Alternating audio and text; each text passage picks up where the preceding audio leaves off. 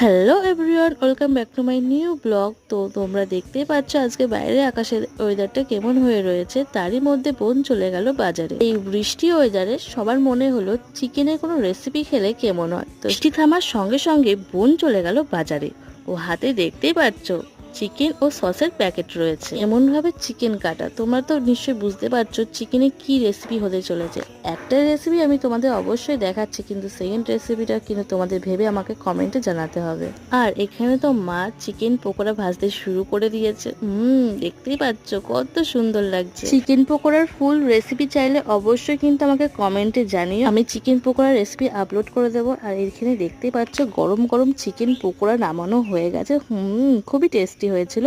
এক প্লেট শেষ, আবার অপেক্ষা করছি কখন মা ভেজে দেবে। এই ব্লগটি দেখতে দেখতে তোমরা কিন্তু অবশ্যই কমেন্ট করে জানিও ওমন ভাবে ক্যাপসিকাম পেঁয়াজ দিয়ে আমি চিকেনে কি রেসিপি বানাতে চলেছি। দেখা হচ্ছে নেক্সট মিনি ব্লগে।